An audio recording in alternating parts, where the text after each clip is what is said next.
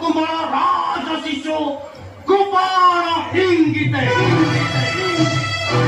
আবার অন্য যেতে লুচি ছিলে গৌরাঙ্গী বৈরাঙ্গী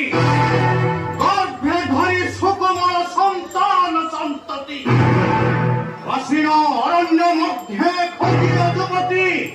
চিরি নারী গর্ভ কূপে ছেলে জমায় মৃগেন্দ্র শব্দ শুনতে সুদূর বলতে জীবজন হে অন্য সেই প্রায় ঠিক সেই প্রায় রাজরমণী পরম দেবী করে গর্ভপাত হয়েছিল পরশুর ধমকে তথাপি ক্ষত্রিয় আজি রহি লুকাইতে এই অবাক্যে যাওয়াছি সবার পেট ভরে